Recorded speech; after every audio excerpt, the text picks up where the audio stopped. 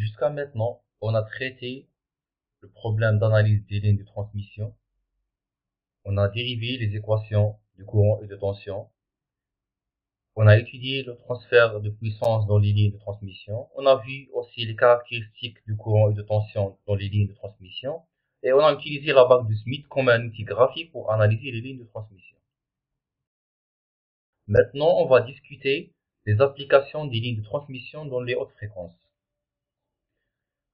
Malgré que les lignes de transmission sont proposées essentiellement pour le transfert de puissance d'un bout à l'autre, il existe plusieurs applications des lignes de transmission. Puisqu'en hyperfréquence, la plupart des éléments réactifs sont remplacés par des sections des lignes de transmission. Maintenant, on va discuter les applications importantes des lignes de transmission. La première application des lignes de transmission est la mesure des impédances en haute fréquence. Si vous vous rappelez que lorsque la fréquence augmente, la mesure de la phase n'est pas facile. On peut mesurer l'amplitude du signal d'une façon fiable, mais la mesure de la phase n'est pas fiable. Et pour mesurer les impédances complexes, il faut mesurer la tension complexe et le courant complexe. Et puisque la mesure de la phase n'est pas facile en haute fréquence, la mesure de l'impédance complexe est très difficile en haute fréquence. Mais on a vu dans les lignes de transmission que la phase temporelle entre le courant et la tension, peut être traduite en phase spatiale sous forme de modèle d'onde stationnaire. Et c'est pour ça qu'on peut déterminer la différence de phase entre le courant et la tension par une méthode indirecte, et ceci par la mesure des caractéristiques de l'onde stationnaire dans les lignes de transmission. Et cette technique est utilisée pour déterminer les impédances complexes en haute fréquence. Pour cette raison, on utilise un type spécial des lignes de transmission, ce qu'on appelle la ligne à fente. Cette ligne de transmission a une fente le long de sa longueur, sur laquelle on peut déplacer une sonde pour mesurer le courant et la tension dans cette ligne. Et lorsqu'on fait la mesure de tension, on mesure uniquement le module de la tension. Donc il y a une sonde de tension, qui peut être déplacée le long de la ligne de transmission et qui peut mesurer le module de la tension. Donc cette sonde mesure la tension le long de la ligne. Donc c'est la ligne à fente. Donc pour la mesure des impédances inconnues, on connecte la ligne à une source de tension et on connecte l'impédance inconnue à l'autre bout de la ligne. En général, la forme d'onde stationnaire est créée dans la ligne de transmission, et en déplaçant la sonde sur la ligne à fente, on peut mesurer le module de la tension. Donc je peux tracer la variation du module de la tension le long de la ligne de transmission. On obtient cette forme. Comme on a déjà vu, on sait que la distance entre deux maxima est égale à lambda sur 2. Donc par la mesure de la séparation entre les deux maxima, ou bien deux minima, on peut déterminer la longueur d'onde.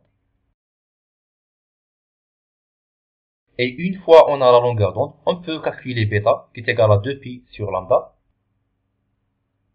Donc la première étape de la mesure de l'impédance inconnue est de trouver la forme d'onde stationnaire sur la ligne, et identifier les positions des deux minima ou bien deux maxima, trouver la distance entre deux minima adjacents ou bien deux maxima adjacents, trouver la longueur de lambda sur 2, et à partir de là, on peut déterminer la constante de phase bêta.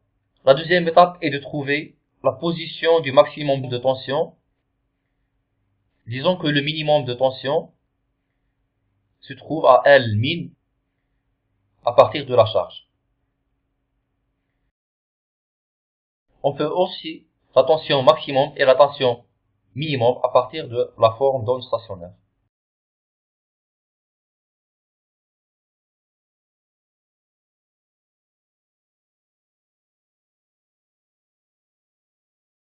Donc j'ai mesuré la constante de phase bêta et j'ai mesuré la tension maximum et la tension minimum et j'ai la position du minimum dans la ligne de transmission.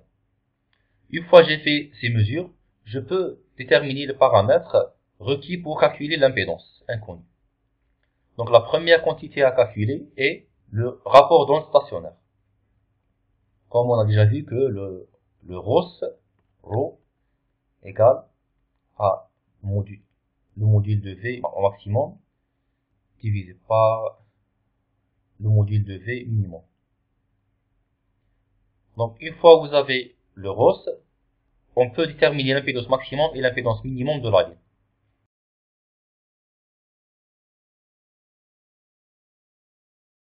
Donc la position où la tension est minimum, là, on sait que l'impédance est minimum, est égal à R min.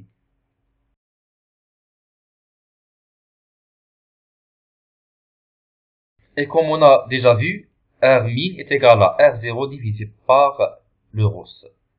Donc je connais l'impédance à cette position-là, qui est égale à Z0, l'impédance caractéristique divisé par le ROS. Et à partir de là, je peux calculer la quantité R min qui est égale à l'impédance caractéristique divisé par le rapport d'onde stationnaire. Une fois j'ai l'impédance à cette position, je peux calculer l'impédance inconnue par la relation de transformation de l'impédance. Et il faut se rappeler que si on connaît la valeur de l'impédance à n'importe quel point de la ligne, on peut trouver l'impédance à n'importe quel point de la ligne en utilisant la relation de transformation de l'impédance. Dans ce cas-là, on connaît la valeur de l'impédance à cette position-là, et une fois que je connais cette impédance, et puisque j'ai la distance L min, je peux utiliser la relation de transformation de l'impédance. Donc je peux déterminer l'impédance inconnue par un déplacement de L min vers la charge.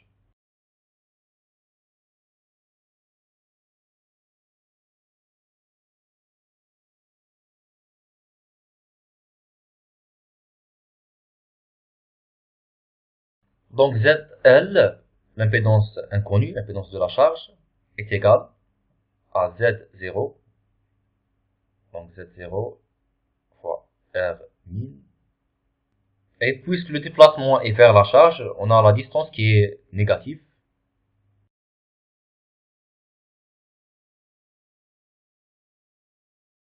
Donc j'ai R min cosinus moins bêta L min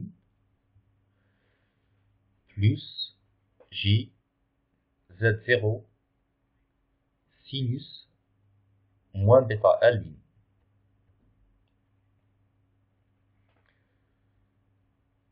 Divisé par Z0 cosinus moins bêta L min plus JZ0 plus JR min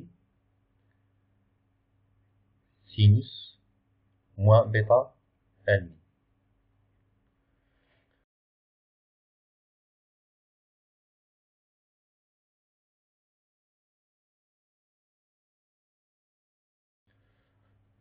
Donc l'impédance inconnue est égale à R min ramené à la charge par une distance de L min.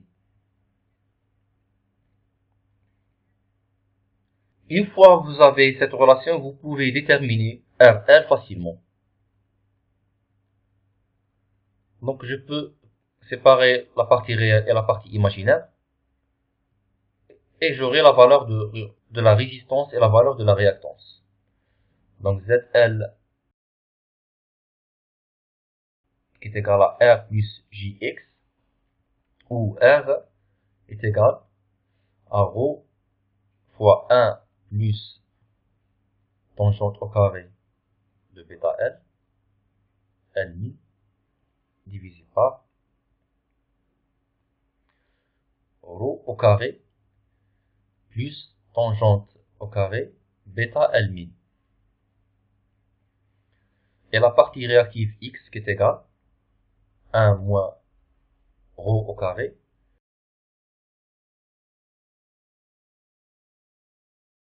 tangente bêta L min divisé par rho au carré plus tangente au carré bêta L min.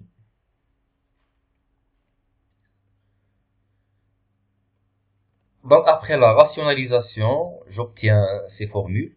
Donc la partie réelle me donne la partie résistive et la partie imaginaire me donne la partie réactive.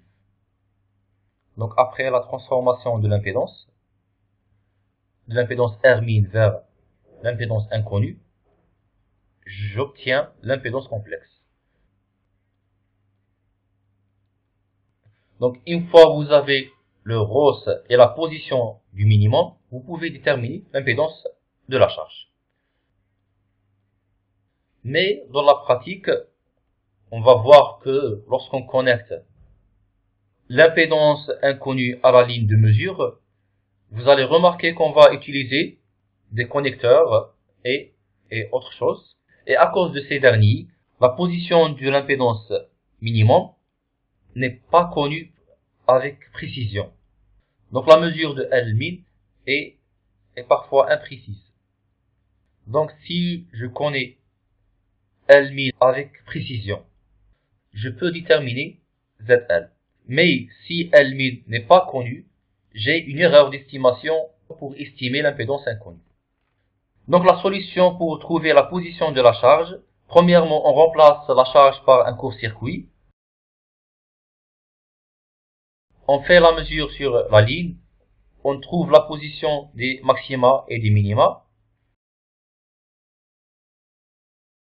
Puis on remplace le court-circuit par la charge et on analyse la forme d'onde stationnaire sur la ligne. Donc on a deux formes d'onde stationnaire mesurées sur la ligne.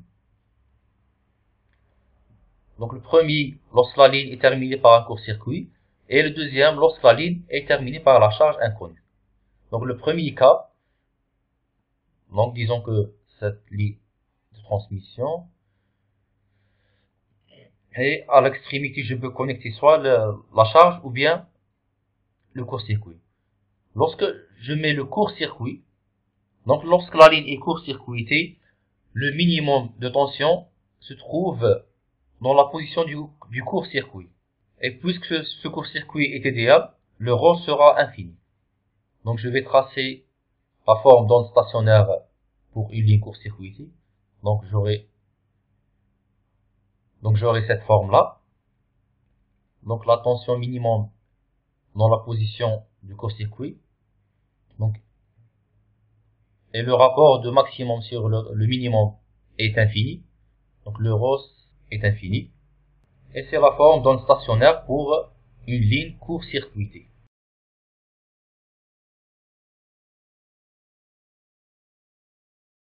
Je remplace le court-circuit par la charge inconnue.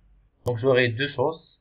Donc la forme d'onde stationnaire sera décalée par rapport à la forme qu'on a obtenue pour une ligne court-circuitée.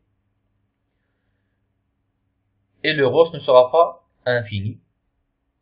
Le minimum de tension est différent de 0. Donc en général, on peut trouver une forme d'onde stationnaire de cette forme-là.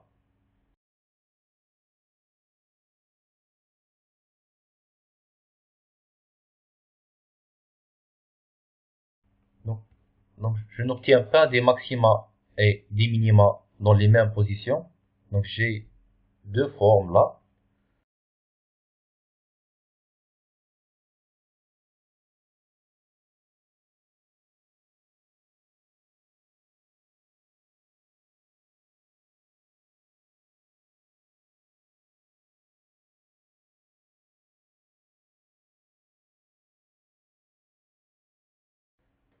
Donc celle-là est pour la charge et celui-ci pour le court-circuit.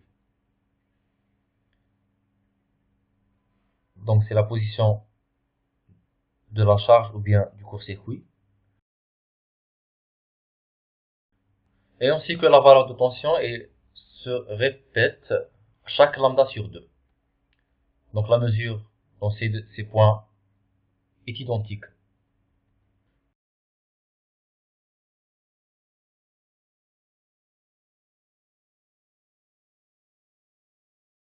Donc une fois que je trouve la position du minimum dans la ligne court-circuitée, je peux déterminer avec précision la position de ce point-là, puisque la distance entre ces deux points est égale à lambda sur 2.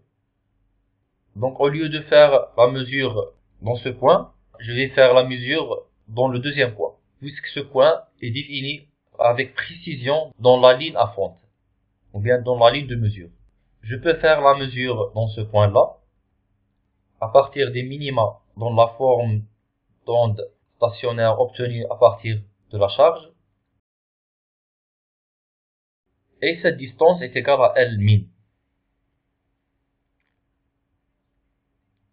Donc, sans tenir compte de quoi est connecté à la ligne de mesure, puisque je peux connecter le court-circuit à la ligne de mesure, je peux déterminer avec précision la valeur de L min. Et une fois je connais L min, je peux utiliser la formule de transformation de l'impédance pour déterminer l'impédance inconnue. Donc en pratique, lorsqu'on veut déterminer la valeur d'une impédance en HF, on trace la forme d'onde stationnaire pour la ligne court-circuitée, puis on trace la forme d'onde stationnaire pour la ligne en plaçant la charge inconnue, et on détermine la valeur de L min qui sépare le minimum l'onde stationnaire de la ligne court-circuitée et le premier minimum dans la forme d'onde stationnaire obtenu en plaçant la charge inconnue. Donc en pratique, cette technique est très utile, puisque en hyperfréquence, en micro-ondes, on ne peut pas déterminer les impédances inconnues sans utiliser la ligne de mesure.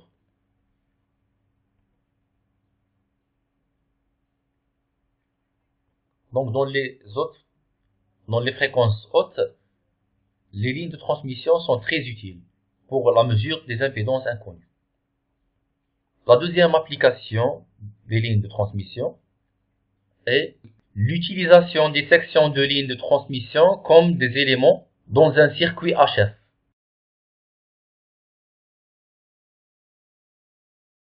Plus on augmente la fréquence, les éléments distribués de la ligne, c'est-à-dire les paramètres primaires, commencent à jouer un rôle important.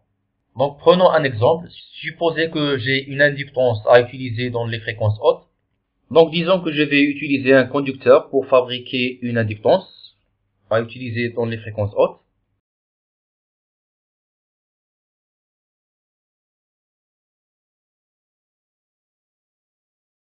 Je peux calculer la valeur de l'inductance à partir des formules de l'électricité, mais il faut tenir compte des capacités qui se trouvent entre les tours de cette inductance. Plus on augmente la fréquence, l'effet de ces capacités devient de plus en plus intéressant.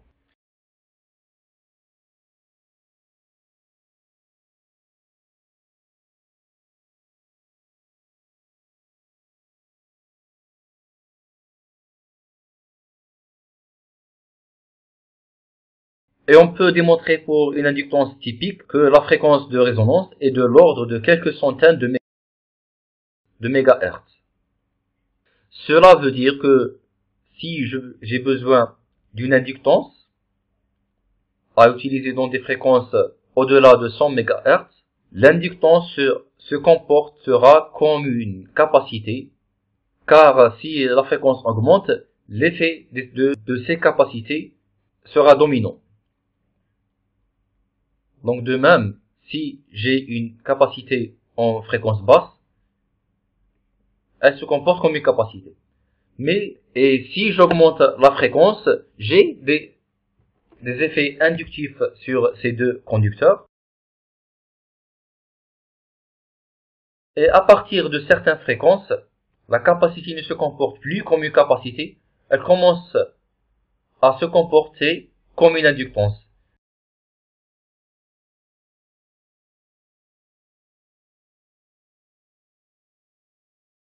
Donc en basse fréquence, l'inductance est fiable. Mais lorsqu'on augmente la fréquence, la même inductance, la même composante commence à se comporter comme une capacité. De même pour la capacité, qui fonctionne correctement en basse fréquence, mais plus j'augmente la fréquence, cette capacité commence à se comporter comme une inductance. Donc réaliser des éléments réactifs en haute fréquence n'est pas facile, puisqu'il n'y a pas des éléments qui peuvent être utilisés comme des capacités ou des inductances d'une manière fiable. Et lorsqu'on augmente la fréquence, la longueur d'onde devient de plus en plus petite, et comme on a déjà vu, si je considère une ligne court-circuitée ou une ligne en circuit ouvert, l'impédance d'entrée de cette ligne se comporte comme une réactance.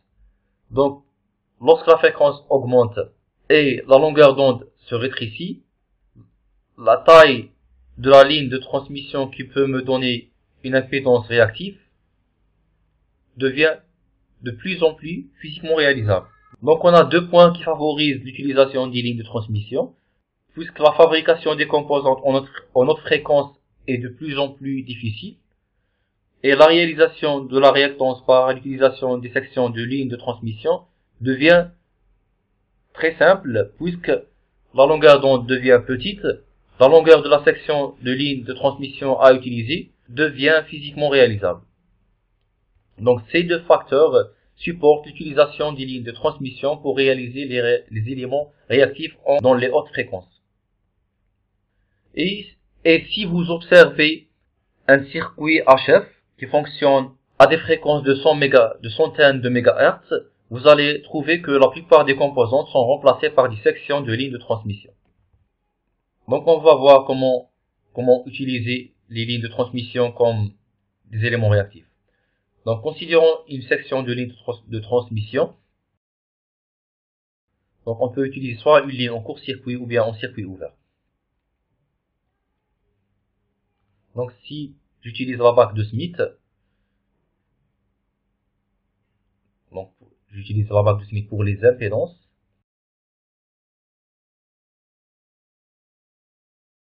je sais que ce point-là représente le circuit ouvert dans la ligne de transmission, et ce point-là représente le court-circuit.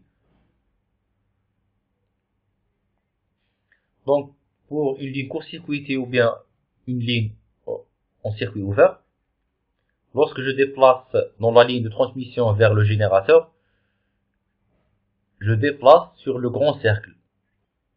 Et je vous rappelle que pour le plus grand cercle dans la vague de Smith, la partie réelle est égale à 0. Donc on a les impédances purement réactives. Donc pour une ligne court-circuitée ou bien en circuit ouvert, en variant la longueur de la ligne, je peux obtenir les différentes valeurs de la réactance. Donc l'idée est de prendre une ligne de transmission, court-circuiter la ligne, ou bien laisser la ligne en circuit ouvert. L'impédance d'entrée seront toujours des impédances réactives. Donc en changeant la longueur de la ligne de transmission, je peux réaliser la réactance. Et donc je peux remplacer les éléments réactifs dans le circuit par des sections des lignes de transmission.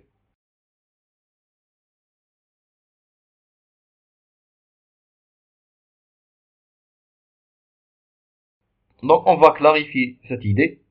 Donc on va voir comment déterminer la longueur de la ligne pour réaliser une certaine réactance. Donc si je le fais par la méthode analytique, j'ai l'impédance d'entrée qui est égale à Z in, qui est égale à J, Z0, l'impédance caractéristique, tangente bêta L, si la ligne est court-circuitée, short circuit, qui est égal à moins J Z0 cotangente bêta L, si la ligne est en circuit ouvert, open circuit. Donc on peut la calculer d'une manière directe. Donc ces relations sont obtenues en remplaçant l'impédance de la charge par 0 dans la relation de transformation de l'impédance. Donc Zin sera J, Z0 tangente bêta L. Et pour la ligne en circuit ouvert, je calcule la limite de Z de X lorsque Z de R tend vers l'infini. Donc le problème de la réalisation d'une réactance donnée revient à déterminer la longueur de cette ligne qui réalise la réactance voulue.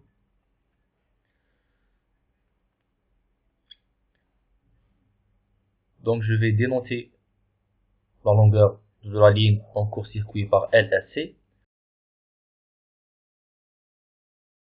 et la longueur de ligne en circuit ouvert par LOC.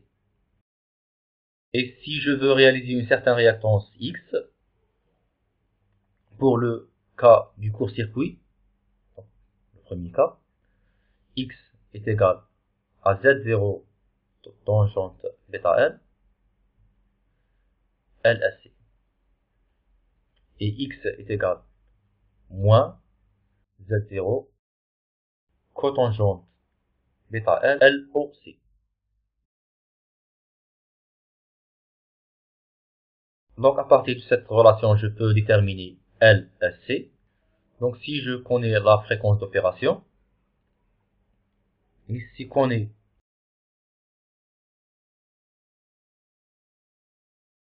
la vitesse de déplacement de l'onde dans la ligne de transmission, je peux déterminer lambda. Et une fois que je connais lambda, je peux déterminer la constante de phase. Et je peux calculer LSC à partir de cette formule. Donc en utilisant des sections des lignes de transmission, je peux réaliser des réactances.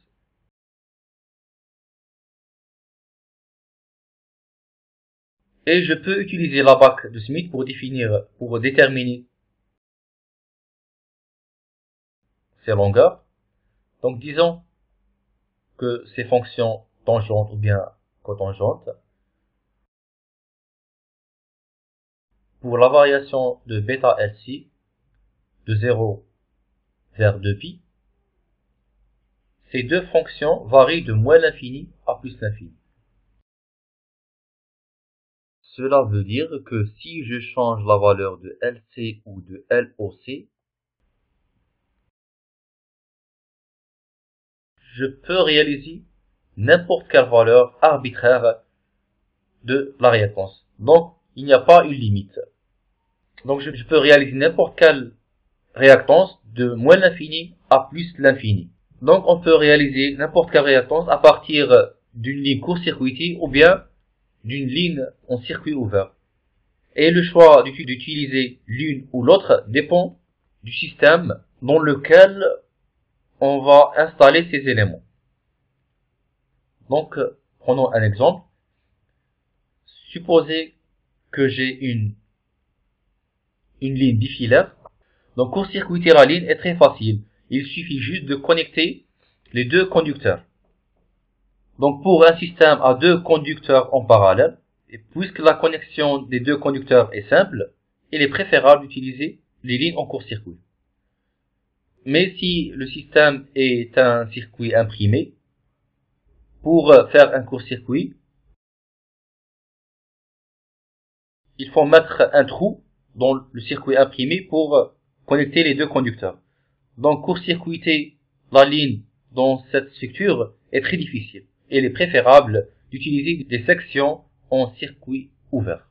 Donc, tout dépend des situations. On préfère l'utilisation des lignes en court-circuit ou bien en circuit ouvert. Donc, peu importe si la ligne est en court-circuit ou bien en circuit ouvert, on peut réaliser n'importe quelle réactance en utilisant une section des lignes de transmission.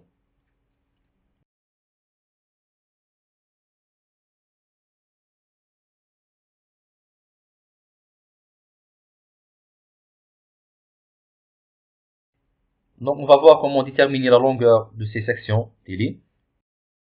La première des choses qu'il faut noter, et pour déterminer ces longueurs, On a le cas contraire par rapport à la détermination des impédances. Donc, le générateur est à gauche, à la droite j'ai la charge. Je connais la réactance à l'entrée, je connais l'impédance de la charge, soit elle est en court-circuit ou bien en circuit ouvert, et je veux déterminer cette longueur. Donc les impédances sont connues, la longueur de la ligne est inconnue. Donc le problème dans la barre de Smith est que si je peux placer cette impédance Zin dans la bac et je détermine le déplacement à partir de ce point vers le court-circuit et cette distance correspond à la longueur de la ligne. Donc le problème est lorsqu'on place la réactance sur la bac de Smith, on veut trouver la distance entre ce point et le court-circuit ou bien le circuit ouvert. Disons que je veux déterminer une certaine réactance X qui se trouve dans ce point-là. Donc le point se trouve sur le grand cercle de la bac. Donc c'est la réactance JX qu'on veut réaliser. Puisqu'on utilise la bac pour les impédances, la réactance qui se trouve en dessus est une réactance inductive.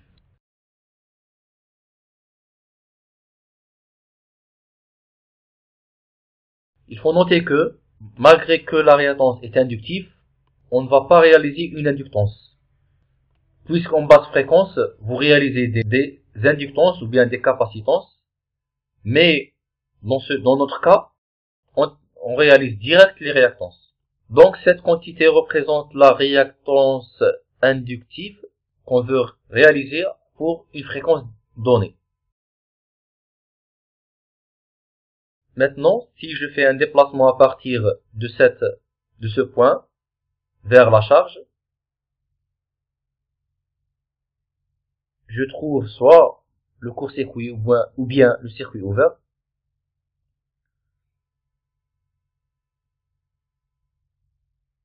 Donc je veux faire un déplacement vers la charge, de cette réactance vers la charge, jusqu'à le court-circuit, ou bien jusqu'à le circuit ouvert.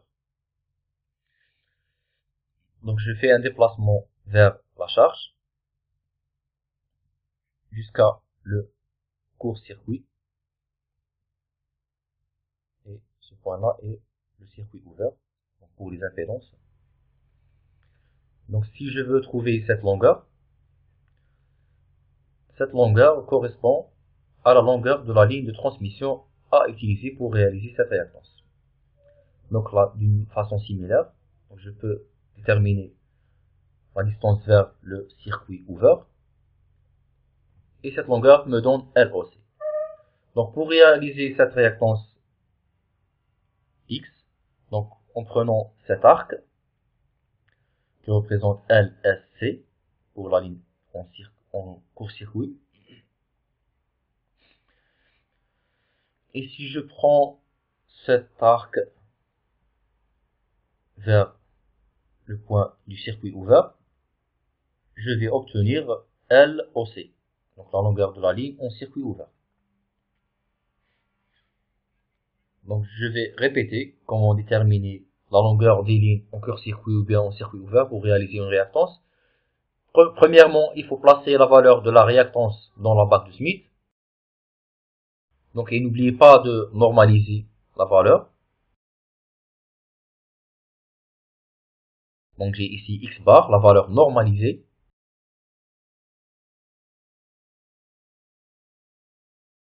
Donc il faut marquer la valeur normalisée sur la bac de Smith. Faire un déplacement de le sens contraire des aiguilles d'une montre vers le court-circuit.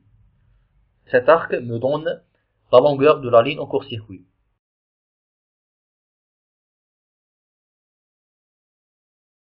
Et pour le LOC, je peux soit utiliser LSC plus lambda sur 4, ou bien je mesure cet arc qui me donne la longueur de la ligne en circuit ouvert.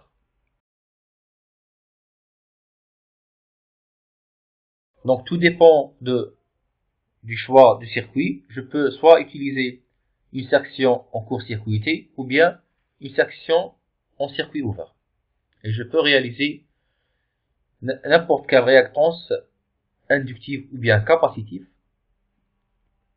Donc si j'observe ce schéma-là, comme on a déjà dit, n'importe quelle longueur de la ligne de transmission peut se comporter comme une réactance, puisque tout dépend de la longueur.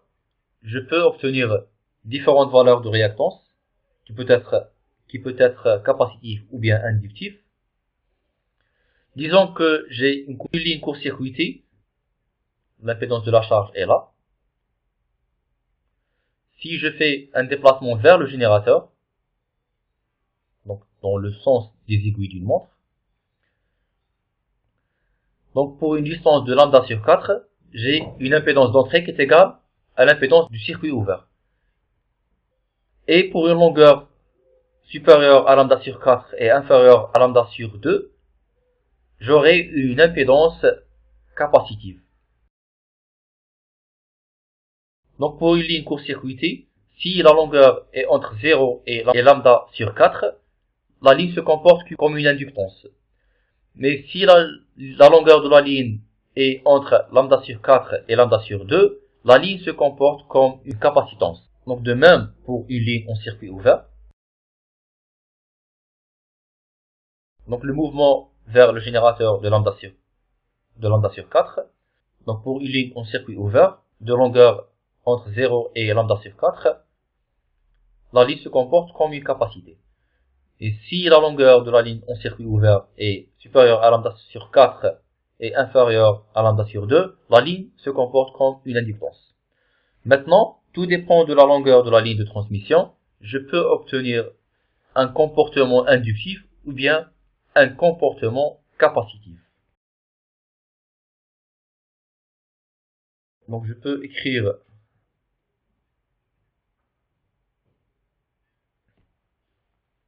donc disons que j'ai cette ligne de longueur entre 0 et lambda sur 4.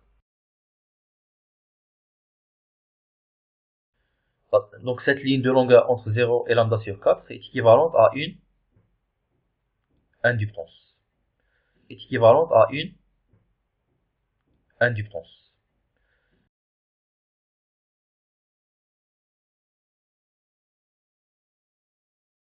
Donc si je prends une ligne en court-circuit de longueur entre lambda sur 2 et lambda sur 4,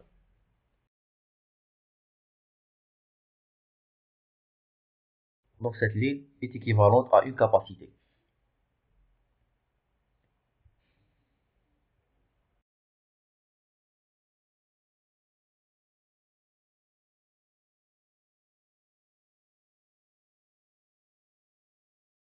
Donc la même chose pour une ligne en circuit ouvert.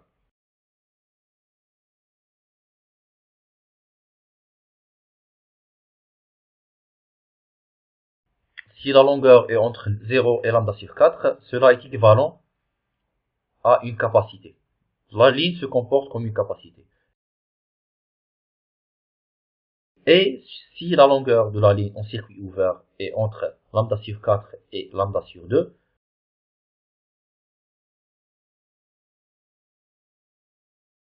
la ligne se comporte comme une inductance. Donc maintenant, n'importe quelle section de ligne de transmission de longueur entre 0 et lambda sur 2 peut réaliser n'importe quelle réactance arbitraire, qu'elle soit capacitive ou bien inductive, pour une fréquence donnée. Donc, on ne va pas réaliser des inductances ou bien des capacitances. On va réaliser des réactances capacitives ou bien inductives qui sont équivalentes à une capacité ou bien une inductance.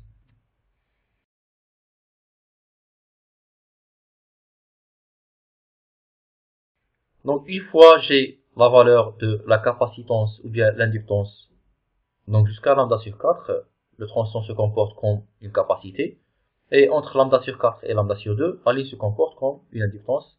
Donc, à à lambda sur 4, le comportement de la ligne change. Donc dans ce point-là, à lambda sur 4, vous avez une caractéristique d'une ligne résonante. Si vous prenez un circuit résonant, un résonateur LC, donc tout dépend de la fréquence, vous avez soit un comportement inductif ou bien un comportement capacitif. Donc pour une section de ligne de longueur lambda sur 4 ou bien lambda sur 2, dans cette fréquence, la ligne se comporte comme un résonateur. Donc une section de ligne n'est pas seulement utilisée comme un élément réactif, il est possible d'utiliser la section de ligne comme un circuit résonant, LC. Maintenant, on voit que si on prend une section de lambda sur 4 ou bien lambda sur 2, le comportement de cette section est équivalent au comportement d'un circuit résonateur LC. Donc prenons l'exemple d'une court-circuité de lambda sur 4, et si je change la fréquence, le comportement de la réactance sera changé. Donc si je change la fréquence pour une longueur donnée de la ligne, l'impédance d'entrée sera différente. Donc j'aurai une certaine caractéristique, quelle que soit la longueur de la ligne. Donc j'ai cette allure.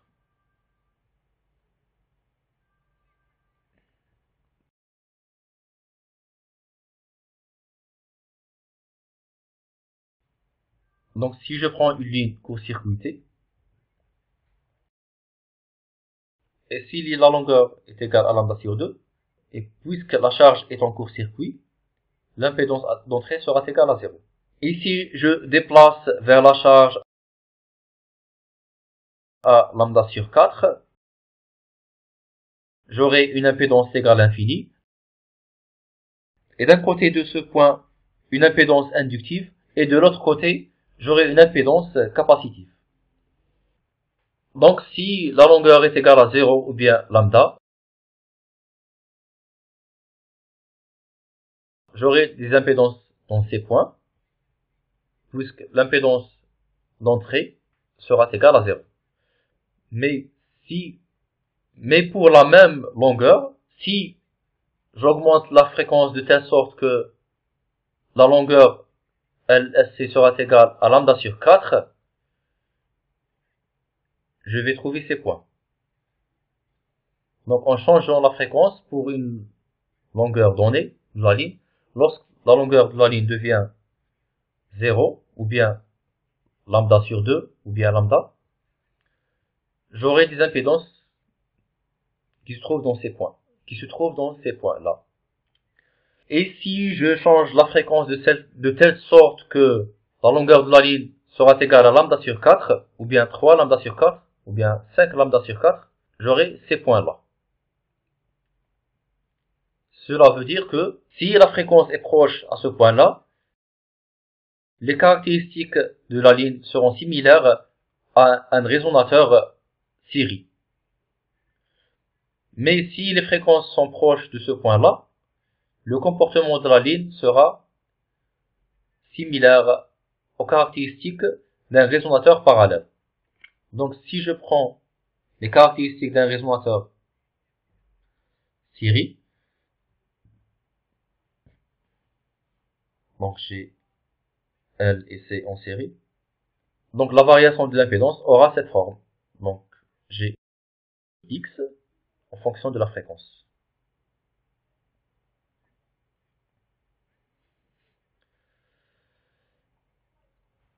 Donc c'est pas le module de X, hein, puisqu'il y a les valeurs négatives. Donc si je trace la réactance en fonction de la fréquence pour ce circuit, à la fréquence de résonance, X est égal à 0. Si j'augmente la fréquence, elle sera très grande, Et si je diminue la fréquence, la capacité sera très grande. Donc le comportement où x est égal à 0 représente la caractéristique d'un résonateur série.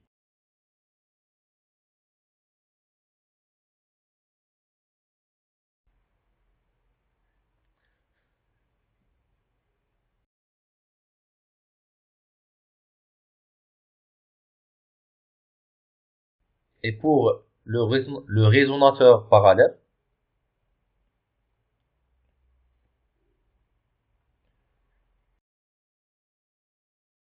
caractéristique de ce résonateur, donc je trace x, la réactance en fonction de f.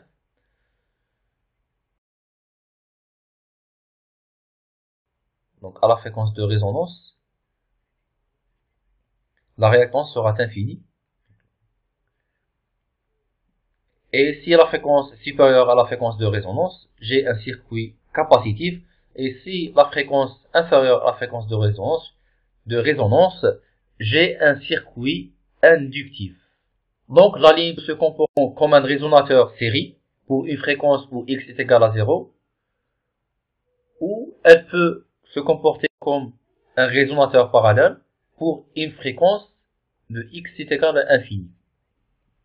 Donc pour une section de ligne de longueur donnée, ces fréquences pour lesquelles la longueur de la ligne est proche de lambda sur 2, la ligne se comporte comme un résonateur série.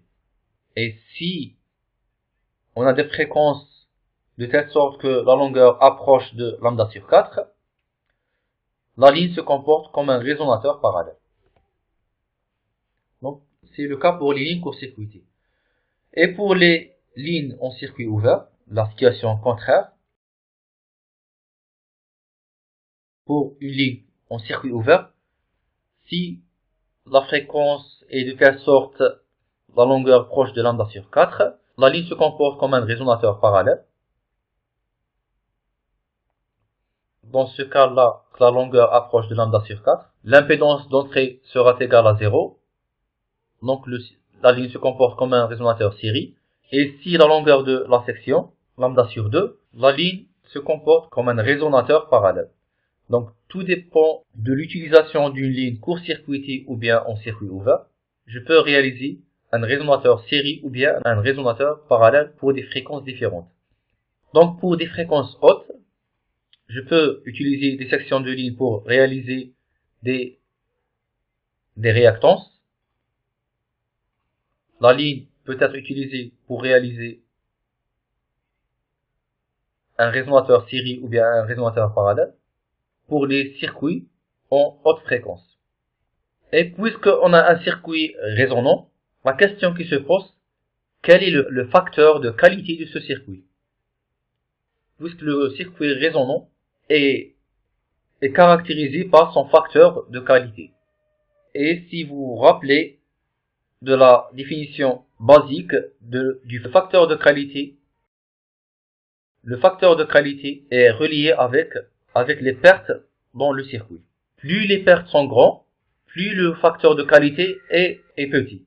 Donc, si vous avez des éléments réactifs, des capacités et des inductances, les pertes dans ces composantes caractérisent le facteur de qualité. Mais pour des sections de lignes de transmission, on a traité ces lignes comme des lignes de transmission sans perte. Donc par définition, le facteur de qualité pour ces circuits résonants est infini, puisqu'il n'y a pas de pertes. Mais en pratique, il y a toujours des pertes dans les lignes de transmission. Mais jusqu'à maintenant, on a traité les lignes comme des lignes sans perte, parce qu'on n'est pas intéressé aux faibles pertes. Mais si on traite les lignes comme étant sans perte, on ne va pas trouver le facteur de qualité puisqu'il sera toujours infini.